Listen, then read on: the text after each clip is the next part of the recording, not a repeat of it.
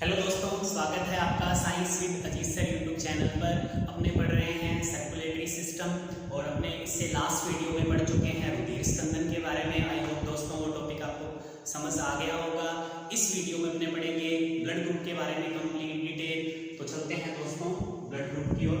देखो दोस्तों, सबसे पहले तो क्वेश्चन ये उठता है भी ब्लड ग्रुप की खोज हुई कैसे, क्या जरूरत पड़ी जिससे भी ब्लड ग्रुप की खोज करनी पड़ी। तो देखो दोस्तों, पहले क्या था कि रुधिर को रंग के आधार पर बांटा गया था कि ए नाइमा और ई नाइमा एक वर्गीकरण दिया गया था जंतुओं में। ये नहीं पढ़ना, वैसे नॉर्मली बता रहा हूँ आपको, आप थोड़ा सा इस चीज को सुन लें, ये आपको याद रखने की जरूरत नहीं है। ए नाइमा और ई नाइमा वर्गीकरण दिया गया। जिन जंतुओं में रुधिर का रंग लाल होता है उनको ए नाइमा में रखा गया और जिनमें रुधिर का रंग लाल नहीं होता उनको ए नाइमा में रखा गया। अब क्या था, रुधिर के रंग के आधार पर जो सर्जरी होती थी तो उस समय अगर मान लो एक्सीडेंट हो जाता तो रुधिर के रंग के आधार पर ब्लड दिया जाता और इसमें मोस्टली रोगी की, पेशेंट की, ब्लड लेने वाले की डेथ हो जाती थी। अब क्या है, एक साइंटिस्ट है ऑस्ट्रिया, कौन सी कंट्री में, ऑस्ट्रिया के पॉल लैंडस्टिंगर। कौन से साइंटिस्ट, ऑस्ट्रिया के पॉल लैंडस्टिंगर, 1901 की बात है। अब इनके दिमाग में ये चीज आती है, ये क्या सोचते हैं भी ये रुधिर देखने में एक जैसा लगता है, फिर भी क्या होता है कि अगर किसी रोगी को रुधिर दिया जाता है तो मोस्टली क्या हो जाती है, उसकी डेथ हो जाती है। इसका मतलब देखने में एक जैसा है परंतु उनमें रुधिर के अंदर संरचना में कोई न कोई क्या है, अंतर है या कोई न कोई अनमैच है जो उन दोनों व्यक्तियों में मैच नहीं हो पा रहा, समानता नहीं दिखा रहा रुधिर में। इसलिए उन्होंने क्या किया, फिर ह्यूमन ब्लड पर अपनी स्टडी स्टार्ट की। इस पर स्टडी स्टार्ट की उन्होंने ह्यूमन ब्लड पर। किसने, कार्ल लैंडस्टिंगर ने। क्यों, क्योंकि उन्होंने देखा कि ब्लड देने पर मोस्टली रोगी की मृत्यु हो जाती है। इसका मतलब ब्लड क्या है, देखने में एक जैसा है इसका, परंतु उनकी संरचना में क्या हो सकता है, डिफरेंस हो सकता है। तो इन्होंने ब्लड पर अपना अध्ययन स्टार्ट किया। तो इन्होंने देखा, इन्होंने जैसे मान लो ये एक रुधिर वाहिका ले लेते हैं हमने, धमनी, इसके अंदर ये रुधिर चल रहा है, ये धमनी या रुधिर वाहिका में क्या चल रहा है, रुधिर। और आपको दोस्तों पता है कि रुधिर में सबसे ज्यादा कोशिका कौन सी होती है, आरबीसी। सबसे ज्यादा कोशिका कौन सी होती है, आरबीसी। अगर कोशिकाओं को छोड़ दिया जाए तो रुधिर का जो तरल भाग होता है उसे क्या कहते हैं, प्लाज्मा। रुधिर के तरल भाग को क्या कहते हैं, प्लाज्मा। और ये अंदर रुधिर में सबसे ज्यादा कोशिका कौन सी है, आरबीसी। हाँ, इसके अलावा भी दो कोशिकाएं और होगी, डब्ल्यूबीसी, प्लेटलेट्स, पर उनका यहाँ भी यूज नहीं है। अपने दोनों की बात करते हैं, ये मैं आपको पहले डिटेल से बता चुका हूँ। तो देखो दोस्तों, जब लैंडस्टिंगर ने ह्यूमन ब्लड पर अपनी स्टडी स्टार्ट की तो उसे दो प्रोटीन मिले उसे। पहला प्रोटीन उसे कहां दिखाई दिया, आरबीसी की सतह पर। पहला प्रोटीन उसे कहां दिखाई दिया, आरबीसी की सतह पर। और इस प्रोटीन को उसने क्या नाम दे दिया, एंटीजन। तो दोस्तों आपको एक बात यहाँ क्लियर हो गई, हिंदी में बोलते हैं प्रतिजन। एंटीजन है क्या, तो आप क्या बताओगे, मनुष्य में रुधिर में आरबीसी की सतह पर जो प्रोटीन पाई जाती है उसे क्या कहते हैं, एंटीजन कहते हैं। ये इसे दो प्रकार के मिले, ए और बी, दो प्रकार के मिले। एक को उसने बड़े ए से दिखा दिया और दूसरे को उसने बड़े बी से दिखा दिया। उसके बाद उसे दूसरी प्रोटीन कहां मिली, प्लाज्मा में। एक प्रोटीन कहां हो गई थी, फ्री प्लाज्मा में भी उपस्थित थी। प्लाज्मा में उपस्थित प्रोटीन को इसने क्या नाम दिया, एंटीबॉडी। क्या नाम दिया, एंटीबॉडी। हिंदी में बोलते हैं प्रतिरक्षी। और इनको इसने, ये भी दो मिले, इनको इसने स्मॉल ए और स्मॉल बी से प्रदर्शित किया। देखो दोस्तों, हमने क्या पढ़ रहे हैं, हमने पढ़े ब्लड ग्रुप। लैंडस्टिंगर ने 1901 में स्टडी की। क्या देखता है लैंडस्टिंगर अंदर, रुधिर वाहिकाओं में उसे दो तरह की प्रोटीन मिली अलग से। आरबीसी की सतह पर जो प्रोटीन पाई जा रही थी उसका नाम उसने क्या रखा, एंटीजन। क्या नाम रखा, एंटीजन। और ये अलग अलग मनुष्य में दो प्रकार के मिले उसे, एक को उसने क्या नाम दे दिया ए, एक को नाम क्या दे दिया बी, और ये पाए कहां जाते थे आरबीसी की सतह पर। किसी में ए था, किसी में बी था, किसी में दोनों ही थे, किसी में दोनों ही नहीं थे। इसी के आधार पर अपने ब्लड ग्रुप के आगे 4 पार्ट करेंगे, ए बी और ओ। उसे एक प्रोटीन और मिली जो कहां पाई जा रही थी, प्लाज्मा में फ्री थी। इस प्लाज्मा में पाए जाने वाली प्रोटीन को उसने क्या नाम दिया, एंटीबॉडी यानी प्रतिरक्षी। ये भी उसे दो प्रकार के मिले अलग अलग अंशों में, स्मॉल ए और स्मॉल बी से इनको लैंडस्टीनर ने प्रदर्शित किया। तो देखो दोस्तों ये जो एंटीजन और एंटीबॉडी आए हैं, इन्हीं के आधार पर क्या किया गया, फिर ब्लड को 4 भागों में बांटा गया और जिसे क्या बोला जाता है, एवियो सिस्टम। क्या बोला जाता है, एवियो सिस्टम। देखो अभी हमने पढ़ा है एवियो सिस्टम, इसके बाद में एक आरएफ सिस्टम भी आएगा, वो क्या है, उसकी जरूरत क्यों पड़ी। तो देखो एवियो सिस्टम में ए बी और ओ 4 ब्लड ग्रुप हैं। जो तीनों ब्लड ग्रुप है स्टार्टिंग वाले, इनकी खोज किसने की है, लैंडस्टीनर ने। इनकी खोज किसने की है, लैंडस्टीनर ने। लास्ट ब्लड ग्रुप की खोज O blood group Decastello और स्टुल्ली नामक दो वैज्ञानिक थे, इन्होंने इसकी खोज की है। ए बी और ए बी की खोज किसने की है, लैंडस्टीनर ने। और जो लास्ट ब्लड ग्रुप है वो जिसकी खोज किसने की है, डी कास्टेलो और स्टुल्ली। वास्तव में ये शून्य रुधिर समूह है। वास्तव में क्या है, शून्य रुधिर समूह है। इसका नाम पर एबीसीडी के साथ पड़ा है, इसलिए शून्य को क्या बोलते हैं, ओ बोलते हैं। ये शून्य रुधिर समूह क्यों है, ये अभी आपको आगे टेबल में पता चल जाएगा। तो दोस्तों आपको इतना क्लियर हो गया होगा कि लैंडस्टीनर ने क्यों स्टडी स्टार्ट की और उसे स्टडी में क्या मिला, दो तरह के प्रोटीन मिले, एक एंटीजन और एक एंटीबॉडी। एंटीजन कहां पाए जाते हैं, आरबीसी की सतह पर पाए जाते हैं। प्रोटीन दो प्रकार की मिली अलग अलग मनुष्य में, एक को बड़े से दिखाया, एक को बड़े बी से। फिर एक प्रोटीन और मिला जो प्लाज्मा में फ्री था, आरबीसी पर नहीं था, उसे क्या नाम दिया गया, एंटीबॉडी। ये भी दो प्रकार के थे, इनको स्मॉल ए और स्मॉल बी से प्रदर्शित किया गया। इन्हीं एंटीजन एंटीबॉडी की उपस्थिति के आधार पर ब्लड को 4 भागों में बांटा गया, जिसे बोला जाता है एवियो सिस्टम, जिसमें ए बी और ए बी की खोज तो लैंडस्टीनर ने की है, ओ को अलग से खोजा गया डी कास्टेलो और स्टुल्ली नामक वैज्ञानिकों द्वारा, और इसे शून्य रुधिर समूह भी कहते हैं। क्यों कहते हैं, ये अपने अलग से पढ़ेंगे दोस्तों आगे। तो चलते हैं आगे।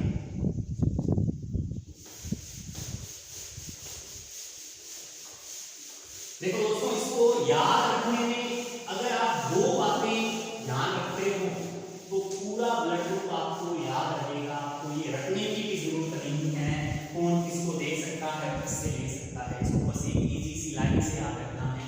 सबसे पहले अपनी बात करते हैं एवियो सिस्टम की। इसमें कितने ब्लड हैं, 4। तो देखो टेबल बनाते हैं अपने ब्लड ग्रुप। ब्लड ग्रुप के अंदर पहले ब्लड ग्रुप ए, फिर बी, फिर ए बी, फिर शून्य रुधिर समूह है जिसको अपने ओ बोलते हैं। फिर बात करते हैं एंटीजन की, ये एंटीजन भी होगा। फिर बात करते हैं एंटीबॉडी की। फिर बात करते हैं रुधिर दे सकता है, मतलब ये मैं आपको सिंपल लैंग्वेज में लिख रहा हूं बिल्कुल याद रखने के लिए।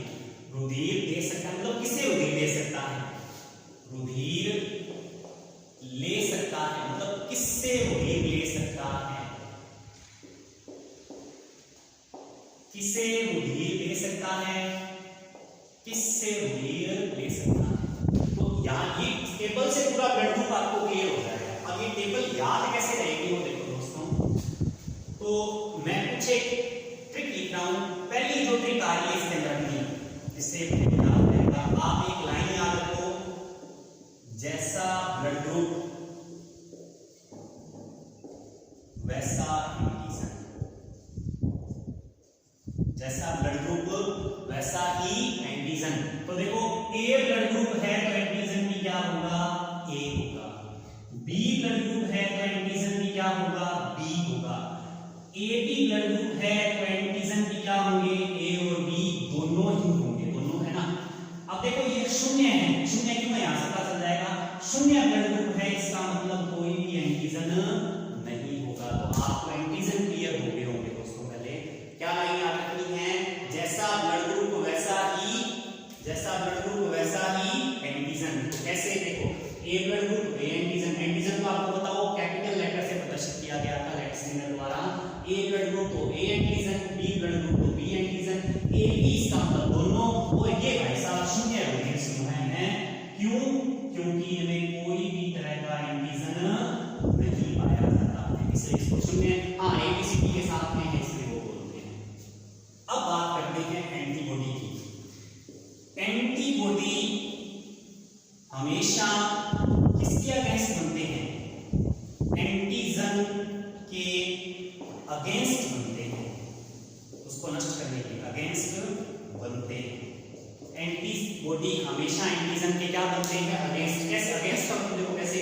अब इसमें ए ब्लड ग्रुप में एंटीजन कौन सा है ये तो आपको देखो दोस्तों पता चलेगा, वो मैंने कैसे लिखे हैं इसके आधार पर। जैसा ब्लड ग्रुप वैसा एंटीजन। याद रखने का तरीका बता रहा हूं दोस्तों, ये कोई मतलब इस तरह से लैंडस्लाइड ने पोज नहीं की है, ये सिर्फ याद रखने का तरीका बताया जा रहा है आपको। वैसे भी को याद ही रखना पड़ता है ये ब्लड एंटीजन पर एंटीबॉडी कौन सा?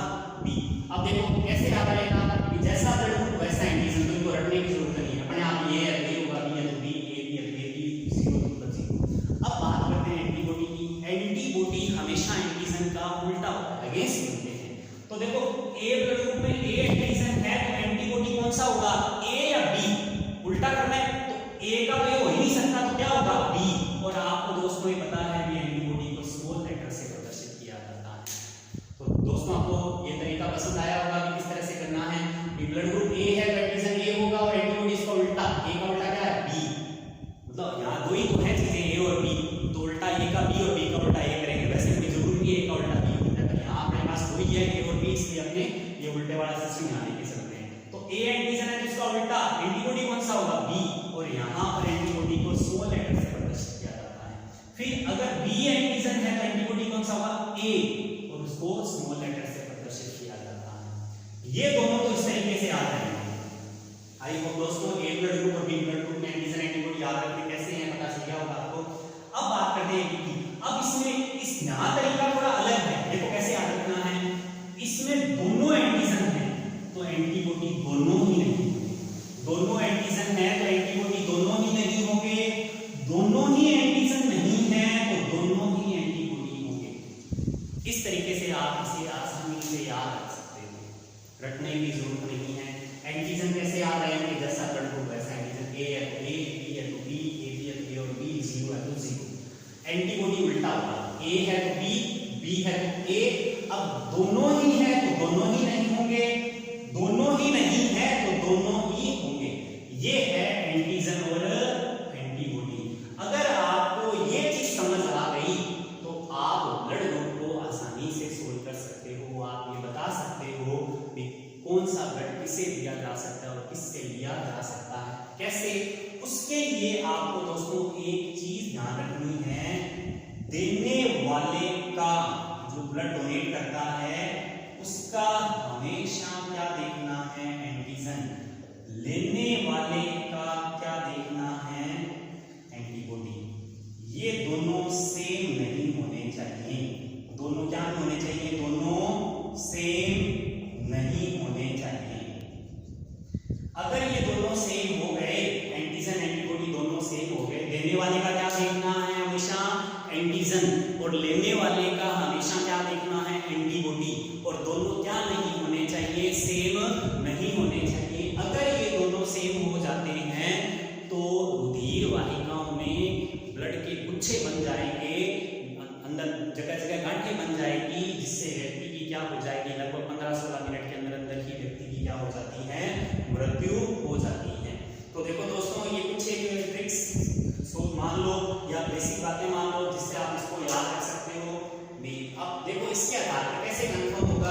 देने वाले का क्या देखना है? एंटीजन, और लेने वाले का क्या देखना है? एंटीबॉडी। तो देखो दोस्तों कैसे पता चलेगा आपने को? जैसे सपोज दैट अपने कुछ एक एग्जांपल लेके चलते हैं जिससे आपको क्लियर हो जाएगा। जैसे मुझे ये देखना है कि ए ब्लड ग्रुप क्या बी को दिया जा सकता है, ए ब्लड ग्रुप क्या बी को दिया जा सकता है। तो मैंने आपको बताया कि देने वाले का तो क्या देखना है? एंटीजन, लेने वाले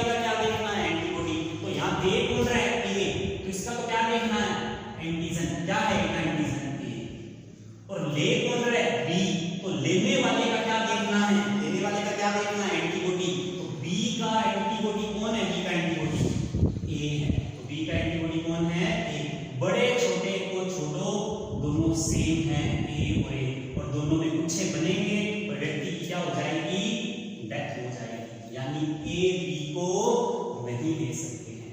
समझ में आया होगा दोस्तों। एक एग्जांपल और लेते हैं, क्या ए बी ब्लड ए को दिया जा सकता है? चेक कर लेते हैं। इस तरह से आप कोई भी ब्लड चेक कर सकते हो। ए बी को, अब देखो ए बी दे रहा है तो उसका क्या देखा जाएगा? देने वाले का एंटीजन। ए बी दे रहा है तो उसका एंटीजन कौन है? ए और बी, यानी इसमें दोनों ही एंटीजन है। ए दे रहा है तो लेते टाइम क्या देखा जाता है? एंटीबॉडी, और ए का एंटीबॉडी कौन है? बी। ए का एंटीबॉडी कौन है? बी। तो देखो यहाँ भी आ गया, यहाँ भी आ गया, दोनों क्या बनाएंगे? गुच्छे बनाएंगे, और व्यक्ति की क्या हो जाएगी? जगह जगह रुधिर वाहिकाओं में गांठें बनने पर एंटीजन एंटीबॉडी की क्रिया होने पर या एंटीजन एंटीबॉडी आपस में क्रिया करके गुच्छे बना लेंगे, जिससे रुधिर वाहिकाओं में गांठें बन जाएगी और रुधिर आगे प्रवाहित नहीं होगा और व्यक्ति की लगभग 15-16 मिनट में क्या हो जाएगी? डेथ हो जाएगी। यानी ए बी ए को नहीं दे सकते हैं। अगर अपने देखो एक और चेक करें कि क्या ए को दे सकते हैं क्या? ये देखते हैं अपने, देखो ये व्यक्ति दे रहा है ए वाला, तो इसका क्या देखा जाएगा? एंटीजन। ए का एंटीजन क्या है? ए। और ये ए वाला व्यक्ति ले रहा है तो इसका क्या देखा जाएगा? एंटीबॉडी। और ए का एंटीबॉडी कौन है? बी। और देखो दोनों सेम नहीं है, गुच्छे नहीं बनेंगे, यानी ये पॉसिबल है, यानी ए को दिया जा सकता है। तो दोस्तों आपको ये कंसेप्ट समझ में आ गया होगा। तो अब अपने आगे चलते हैं, ये कैसे बनेगा। तो देखो दोस्तों, ए किसको दिया जा सकता है? इसके आधार पर आप चेक कर सकते हो। ए किसे दिया जा सकता है? ए को तो दिए जा सकता है, सेम सेम तो दे ही सकते हैं। ए किसको दे सकते हैं? ए को। और किसे दे सकते हैं? ए बी को। क्यों? क्योंकि देखो ध्यान से दोस्तों, ए बी को कोई भी ब्लड दिया जा सकता है, यानी ए बी किसी से भी ब्लड ले सकता है। क्यों? क्योंकि लेते टाइम क्या देखा जाएगा?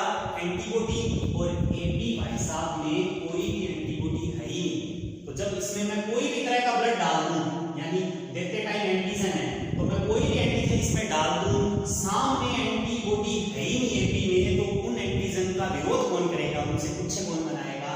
तो ए बी को अपने कोई भी रुधिर दे सकते हैं। क्यों दे सकते हैं? क्योंकि जब ए बी इनसे रुधिर लेगा तो लेते वक्त क्या देखा जाएगा? एंटीबॉडी, और एंटीबॉडी इसके अंदर है ही नहीं कोई भी, तो जो भी रुधिर अपने डालेंगे उनका जो भी एंटीजन इसके अंदर आएगा, तो उस एंटीजन के साथ आगे गुच्छे कौन बनाएगा? क्योंकि ए बी में आगे क्या नहीं है? एंटीबॉडी नहीं है, एंटीजन से क्रिया कौन है? एंटीबॉडी नहीं है, जिसको अपने कोई भी रुधिर दे सकते हैं, यानी ए बी सभी से रुधिर दे सकता है। फिर बी किसको दे सकता है? बी को। और किसको दे सकता है? ए बी को, क्योंकि ए बी सभी से ले सकता है। फिर बात करते हैं ए बी किसको दे सकता है? केवल ए बी। आप ये चेक कर सकते हो इस तरीके से। अब बात करते हैं ओ किसे दे सकता है। तो देखो दोस्तों, देते टाइम क्या देखा जाता है? एंटीजन। देते टाइम क्या देखा जाता है? एंटीजन। अब वो भाई साहब में कोई एंटीजन है ही नहीं, मैं अगर इसको किसी भी व्यक्ति को दे दूं तो जब इसमें एंटीजन ही नहीं है, भले ही सामने उसमें कोई भी एंटीबॉडी हो, अब इसमें एंटीजन ही नहीं है, तो उसके सामने जो एंटीबॉडी होंगे वो गुच्छे किससे बनाएंगे? क्योंकि इसमें तो कोई एंटीजन ही नहीं है, ये गुच्छे तो एंटीजन के साथ बनेंगे ना। अब इसमें एंटीजन है नहीं, सामने उसमें भले कोई भी एंटीबॉडी हो, गुच्छे बनेंगे नहीं, तो ये क्या होगा? उसमें सक्सेस होगा, यानी वो अपने सभी को दे सकते हैं, ए बी और ओ को। इसलिए ओ ब्लड ग्रुप को क्या बोलते हैं? सार्वत्रिक दाता, यूनिवर्सल डोनर। क्या बोलते हैं? यूनिवर्सल डोनर बोलते हैं। क्यों? क्योंकि इसमें एंटीजन क्या है? एब्सेंट है। क्योंकि देते टाइम क्या देखा जाएगा? एंटीजन, और एंटीजन इसमें है ही नहीं, तो उससे कुछ बनाएगा कौन? तो इसको अपने किसी में भी डाल सकते हैं। अब बात करते हैं लेने की। तो देखो ए किससे ले सकता है? ए से तो ले ही सकता है, सेम सेम तो हो ही सकते हैं ना, सेम की तो अदला बदली की जा सकती है। ए से ले सकता है, और किससे ले सकता है? ओ से। कैसे? क्योंकि मैंने बताया ओ सभी को दिया जा सकता है, सभी को दिया जा सकता है, तो ए भी उससे ले सकता है ना। फिर बी से ले सकता है, और ओ से, क्योंकि वो भाई साहब सभी को दे रहा है, तो बी भी उससे ले सकता है। ए बी किससे ले सकता है? ए बी सभी से लेगा। क्यों? कारण क्या है? क्योंकि लेते टाइम क्या देखा जाएगा? एंटीबॉडी। लेते टाइम क्या देखा जाएगा? एंटीबॉडी, और ए बी भाई साहब में कोई एंटीबॉडी नहीं है, तो कुछ है। अब देखो इसमें आप कोई भी तरह का एंटीजन वाला ब्लड डाल दो, अब एंटीजन इसमें मान लो ए डाले, बी डाले,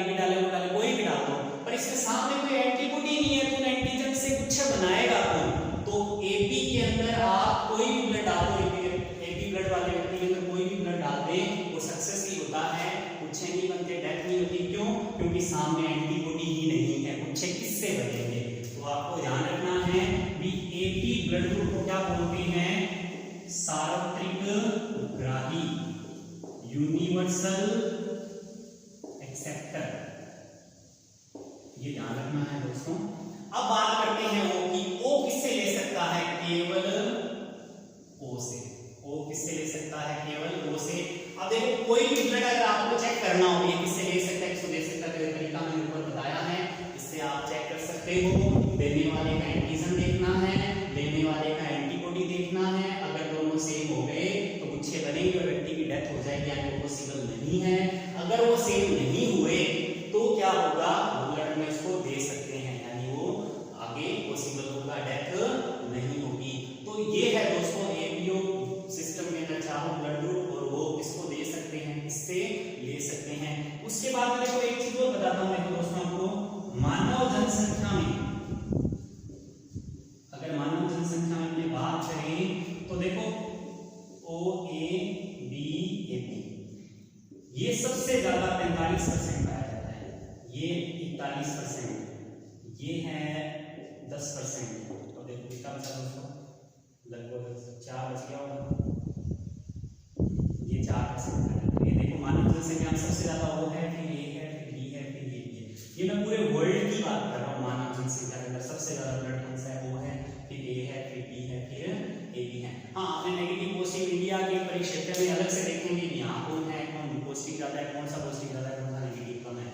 ये बातें आई थिंक आपको दोस्तों क्लियर हो गई होगी। अब चलते हैं अपने आगे।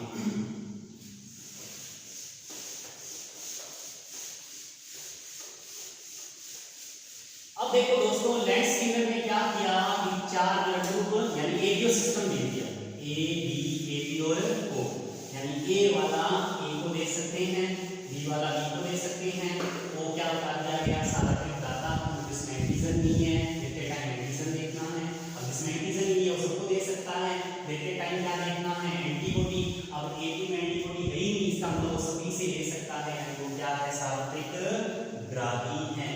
अब देखो दोस्तों बात क्या आती है भी ए वाला ए को दे सकते हैं। अब लैंड स्कीनर ने देखा कि ए वाला ए को दे सकते हैं, कैसे? क्योंकि ये दे रहा है, इसका क्या देखेंगे? एंटीजन। अब इसका एंटीजन क्या है? ये ले रहा है, इसका क्या देखेंगे? लेते टाइम एंटीबॉडी, उसका एंटीबॉडी कौन है? बी। दोनों सेम नहीं है तो ये सक्सेस होगा, यानी गुच्छे नहीं बनेंगे, डेथ नहीं होगी। पर क्या होता था? कई बार डेथ हो जाती है। अब ये चीज लैंड स्कीनर को समझ नहीं आ रही। लैंड स्कीनर ने कोई अपनी रिसर्च कर ली, एंटीजन एंटीबॉडी खोज लिए, ब्लड बना लिए। अब वो देख रहा है कि कई बार तो ए वाला ए को देने से क्या होता है? डेथ नहीं होती, और कई बार ए वाला ब्लड ए को देने से क्या हो जाती है? डेथ हो जाती है। तो लैंड स्कीनर के दिमाग में एक बात आती है भी हो सकता है भी ऐसी कोई चीज है जो अभी भी इनके अंदर क्या है? मैच नहीं हो रही है। तो इसने क्या किया? दोबारा स्टडी स्टार्ट की अपनी, कब? 1940 में। इस बार लैंड स्कीनर के साथ एक साइंटिस्ट और जुड़ गया, विनर के साथ, और ये इस बार ह्यूमन ब्लड पर रिसर्च न कर रीसस नामक मकाका रीसस नामक बंदर पर, मंकी पर अपनी रिसर्च कर रहे हैं। रीसस की बात करें तो रीसस कैसे लिखते हैं? अपने रीसस पर अपना अध्ययन करते हैं, क्योंकि देखो मनुष्य जो है, मनुष्य का विकास किससे हुआ है? चिंपैंजी से। हम बंदर के नजदीक पढ़ते हैं ज्यादा, ये अपने जैव विकास में पढ़ेंगे। तो इस बार लैंड स्कीनर और विनर दोनों साथ में काम कर रहे हैं, और किसमें रिसर्च कर रहे हैं? मकाका रीसस नामक बंदर में। तो ये देखते हैं कि ब्लड के अंदर ए बी के अलावा भी एक एंटीजन और पाया जाता है, एक एंटीजन और पाया जाता है। अब ये सभी में उपस्थित नहीं होता, जिसमें यह उपस्थित होता है। एक मिनट दोस्तों, एक तीसरा एंटीजन और पाया जाता है। इस एंटीजन का नाम क्या रखा गया? RH antigen. अब RH एंटीजन क्यों रखा गया? क्योंकि इसकी खोज किसमें हुई है? रीसस नामक बंदर में हुई है। रीसस RH से स्टार्ट हो रहा है, इसलिए इस तीसरे एंटीजन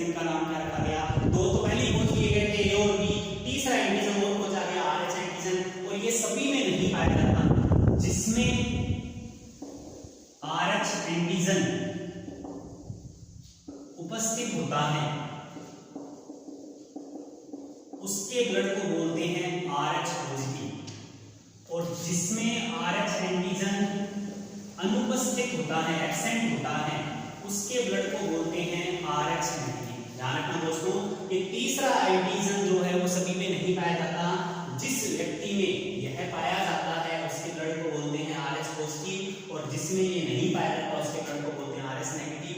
इंडिया में 93% जो लोग हैं वो क्या है, पॉजिटिव ब्लड वाले हैं, और 7% जो है वो क्या है, नेगेटिव। अब देखो दोस्तों, कई बच्चे पूछते हैं कि सर कौन सा ब्लड अच्छा होता है, पॉजिटिव अच्छा होता है? देखो ब्लड दोनों ही अच्छे होते हैं, तो एंटीजन एंटीबॉडी की अनुपस्थिति के आधार पर है, इससे कोई प्रभाव नहीं पड़ता, ब्लड दोनों ही अच्छे होते हैं। तो ध्यान रखना दोस्तों, बी पॉजिटिव का मतलब है कि तीसरा एंटीजन RH ओवर पाया जा रहा है, और नेगेटिव का मतलब है कि तीसरा एंटीजन नहीं है उसके अंदर। ये इसका भी मैं बताता हूं आपको, थोड़ा सा बेसिक और क्लियर करता हूं आपको।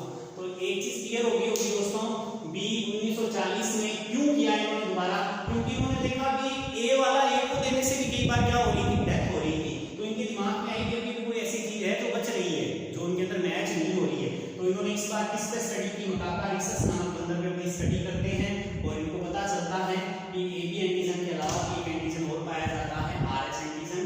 जिसमें एंटीजन होता है उसके ब्लड को बोलते हैं RH पॉजिटिव, और जिसमें नहीं होता उसको क्या बोलते हैं, RH नेगेटिव। इंडिया में 93% लोग तो पॉजिटिव ब्लड वाले हैं, और 7% लोग क्या हैं, नेगेटिव ब्लड वाले हैं। एक चीज और ध्यान रखो दोस्तों, RH एंटीजन के लिए मानव शरीर में पहले से कोई भी एंटीबॉडी नहीं होता है, ये ध्यान रखना दोस्तों। जैसे अपने ए और उनके लिए पढ़ के आए हैं कौन सा एंटीबॉडी था, पर RH एंटीजन के लिए मानव शरीर में पहले से कोई भी एंटीबॉडी नहीं होता है। हाँ, जैसे ही शरीर में RH पॉजिटिव ब्लड प्रवेश करता है, किसमें, RH नेगेटिव वाले में, तो इसके अगेंस्ट एंटीबॉडी बनाए जाते हैं। इसे आइसो इम्यूनाइजेशन कहते हैं। वही बात अच्छे बन जाएंगे और डेथ हो जाएगी। देखो दोस्तों, क्या बताया हमने, बी RH एंटीजन के लिए पहले से कोई शरीर में एंटीबॉडी होता ही नहीं। अब मान लो किसी का ब्लड है नेगेटिव, नेगेटिव मतलब उसमें RH था ही, नेगेटिव तभी बोला जा रहा है जब RH नहीं है, और उसमें मैंने ब्लड डाल दिया RH पॉजिटिव वाला, इसका मतलब ब्लड मैंने कौन सा डाल दिया उसमें जिसमें RH है, यानी ये एंटीजन मैंने उसमें डाल दिया जिसमें आगे एंटीजन था ही, तो उसके अगेंस्ट क्या बनेगा, उसको नष्ट करेंगे। मैंने आपको बताया इम्यून सिस्टम बाहर से कोई भी चीज आती है उसको एंटीजन के रूप में देखता है, और उसको नष्ट करने के लिए उसके अगेंस्ट क्या बनाता है, एंटीबॉडी बनाता है। तो इस एंटीजन के अगेंस्ट क्या बनाए जाएंगे, एंटीबॉडी बनाए जाएंगे, वो इसे फिर बाद में क्या करेंगे, वही प्रोसेस उसे बना के नष्ट करेंगे, और इस प्रोसेस को क्या बोलते हैं, आइसो इम्यूनाइजेशन। ये दोस्तों है RH सिस्टम। हमने क्या पढ़ रहे हैं अब, RH सिस्टम। अब लेट्स फिगर के दिमाग में ये बात समझ में आ गई भी ऐसा क्यों हो रहा। अब देखो इसे क्या पता चला, बी A पॉजिटिव और A नेगेटिव, A पॉजिटिव और A पॉजिटिव। अब मान लो ये ब्लड मैंने इसमें डाल दिया, पहले तो पॉजिटिव नेगेटिव की कहानी नहीं थी, अब बात ये आ गई भी मैंने A पॉजिटिव वाला ब्लड इसमें डाल दिया नेगेटिव। अब देखो A नेगेटिव मतलब इसमें RH है या नहीं है, नहीं है, यानी तीसरा एंटीजन इसमें है ही नहीं। पॉजिटिव मतलब इसमें RH है, मतलब इसमें RH एंटीजन है और मैं इसमें डाल दूंगा जिसमें एंटीजन है ही नहीं, तो क्या ये एक्सेप्ट कर लेगा, या इसका इम्यून सिस्टम उसके अगेंस्ट क्या बनाएगा, एंटीबॉडी, वही पीछे बनेगी और डेथ हो जाएगी, यानी यहाँ प्रॉब्लम हो जाएगी। पर हाँ यहाँ सक्सेस आएगा, क्योंकि यहाँ पॉजिटिव है, सामने एंटीजन है, तो इसमें पीछे नहीं बनेगी, क्योंकि इसमें RH पॉजिटिव एंटीजन है, इसमें RH तीसरा पॉजिटिव मतलब इसमें भी RH है, तो यहाँ पीछे नहीं बनेगी, ये सक्सेस होगा। देखो दोस्तों, जैसे मैंने ये लिखा AB नेगेटिव, तो इसका मतलब आप क्या समझ रहे हो, AB नेगेटिव का मतलब आप क्या समझ रहे हो, इसमें कौन सा एंटीजन है, क्योंकि मैंने बताया था जैसा ब्लड ग्रुप वैसा ही एंटीजन। मैंने लिखा है AB नेगेटिव, इसका मतलब आप क्या समझ रहे हो कि A एंटीजन है और कौन सा एंटीजन है, B नेगेटिव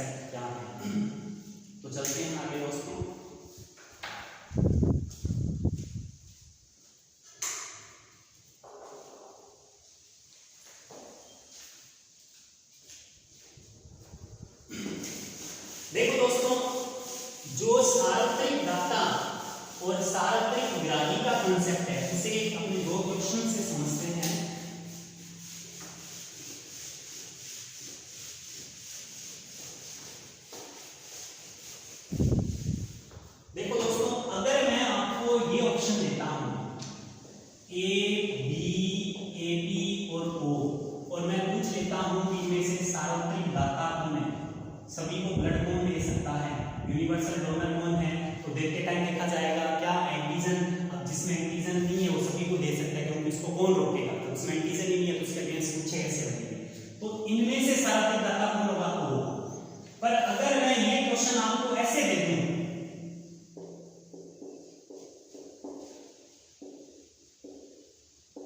अब बताओ सारा डाटा कौन है, अब आप किसे बताओ, अब इसकी कहानी तो खत्म ही होगी क्योंकि इसी के तो दो मोड बन गए, आगे दो टाइप बन गए, O पॉजिटिव होने के लिए। अब आप किसे लोगे सार्वत्रिक डाटा, O पॉजिटिव को या O नेगेटिव को।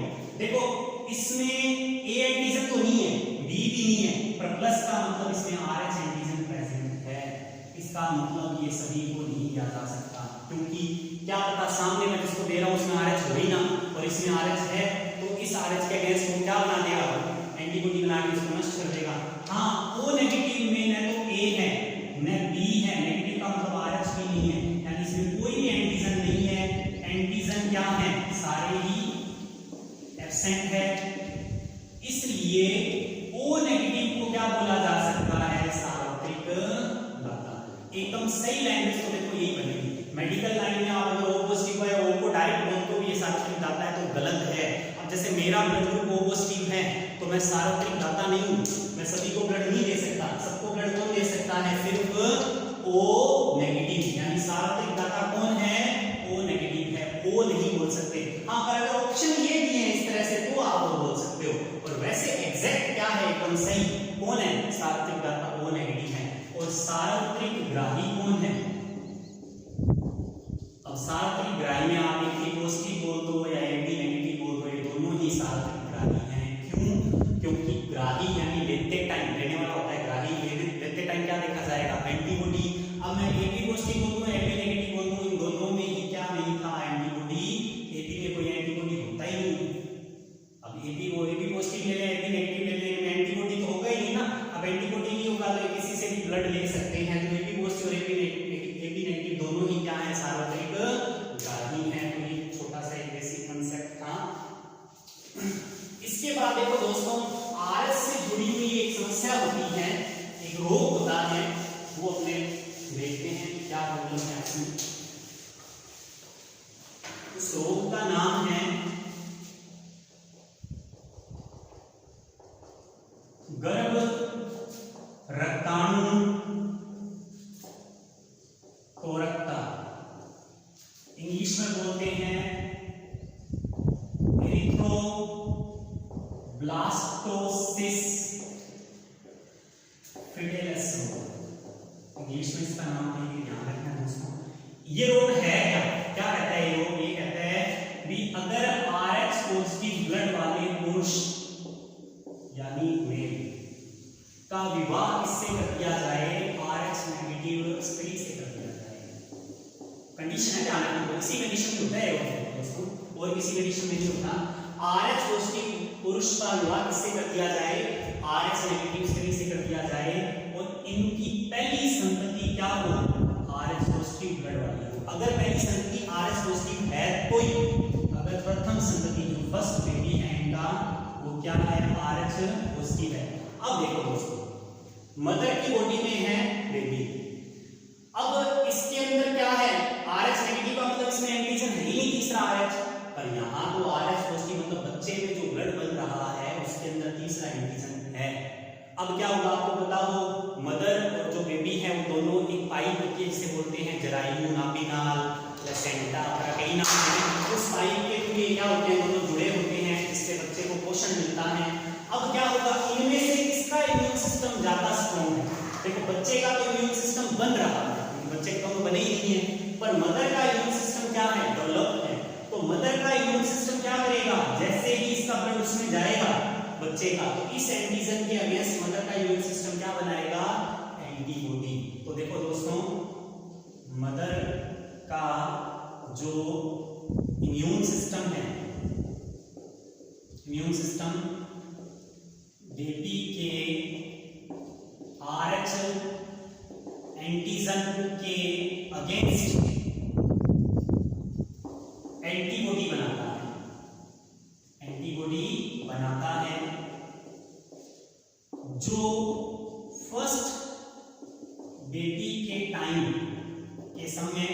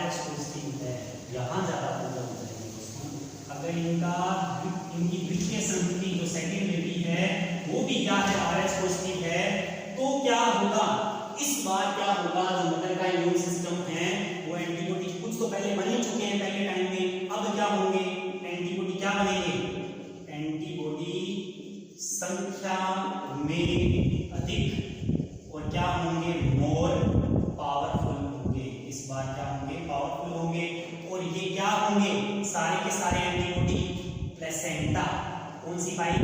प्लेसेंटा, जिसे अपरा बोलते हैं। प्लेसेंटा के थ्रू, प्लेसेंटा के द्वारा कहाँ जाएंगे? भ्रूण यानी बच्चे में जाएंगे, फिटस में, और वहां जाकर आरबीसी का क्या कर देंगे? हीमोलाइसिस। ये मैं आपको बता चुका हूँ, आरबीसी का फटना क्या कहलाता है? आरबीसी का हीमोलाइसिस, यानी आरबीसी को डैमेज कर देंगे, और आरबीसी के फटने से उसमें ब्लड की क्या हो जाएगी? कमी, और बच्चे की क्या हो जाएगी? डेथ हो जाएगी। ऐसे बच्चे को क्या बोलते हैं? Rhesus baby. क्या बोलते हैं? रीसस शिशु, जिसको ये रोग होता है, जिसकी डेथ हो जाती है। और इस रोग को क्या बोलते हैं? गर्भरताणु कोरकता, यानी इलेक्ट्रोब्लास्टोसिस फेटालिस। कंडीशन क्या है? आरएच पॉजिटिव पुरुष का विवाह किससे हो? आरएच नेगेटिव स्त्री से। और पहला बच्चा क्या हुआ? RH positive. अब आरएच पॉजिटिव है यानी कि तो आरएच एंटीजन है, पर मदर में आरएच एंटीजन है ही नहीं, हालांकि बच्चा मदर की बॉडी में है। तो मदर का इम्यून सिस्टम बच्चे के एंटीजन को नष्ट करने के लिए एंटीबॉडी बनाएगा, जो पहली बार में क्या होंगे? पहले बच्चे के दौरान संख्या में कम होंगे और कमजोर होंगे, जिससे पहला बच्चा तो स्वस्थ जन्म ले लेगा, परंतु दूसरा बच्चा नहीं लेगा, क्योंकि दूसरे बच्चे में एंटीबॉडी क्या हो जाएंगे? ज्यादा संख्या में और ज्यादा पावरफुल हो जाएंगे। फिर मदर उस नाभीनाल या प्लेसेंटा द्वारा बच्चे में इसको भेज देगी इन एंटीबॉडी को, और ये एंटीबॉडी जाके बच्चे की जितनी भी आरबीसी है उनको नष्ट कर देंगे, उनका हीमोलाइसिस कर देंगे, जिससे बच्चे की क्या हो जाएगी? डेथ हो जाएगी। और ऐसे बच्चे को क्या बोलते हैं? रीसस शिशु। और इस रोग को क्या बोलते हैं? गर्भरताणु कोरकता। अब देखो दोस्तों, इसका उपचार क्या हो सकता है? इस बच्चे को बचाया कैसे जाए इस कंडीशन में? तो देखो दोस्तों,